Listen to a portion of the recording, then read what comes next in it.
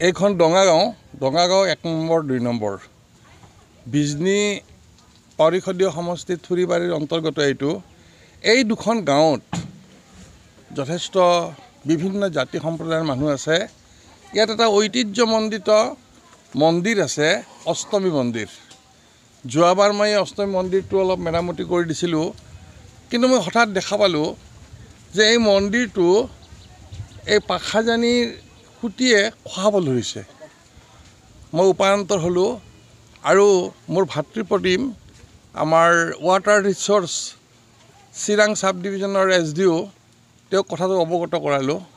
তেওঁ তৎপৰতাৰে ইয়াত এটা খহনীয়া ৰোধ কৰাৰ কাৰণে পাৰ্কিওপাইনৰ স্কিম ধৰিলে, কিন্তু সমাগত BTC নিৰ্বাচন সন্মুখত আছে।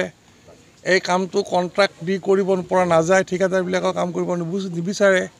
গতিকে তেওঁক মই ৰিকুৱেষ্ট কৰিলোঁ ডিপাৰ্টমেণ্টেলৰ দ্বাৰাই হ'লেও কামটো কৰাই দিয়ক। তেওঁ এই মন্দিৰটো ঐতিহ্য মন্দিৰটো ৰক্ষা কৰাৰ কাৰণে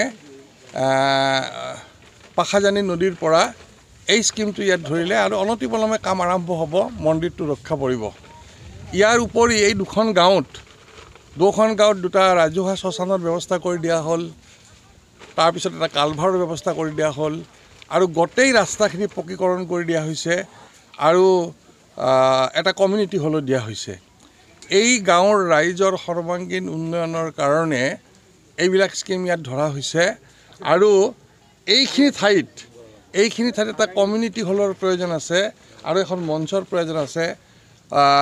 সময়ে সহায় কৰিলে সেইখিনি কামো ইয়াত কৰা যাব, কিন্তু মই আশা কৰিম প্ৰথমতে খহনীয়াৰ পৰা এই মন্দিৰটো ৰক্ষা কৰিব লাগে আৰু সেইকাৰণে আজি এই খহনীয়া ৰোধৰ কামটো উদ্বোধন কৰা হ'ল। ধন্যবাদ।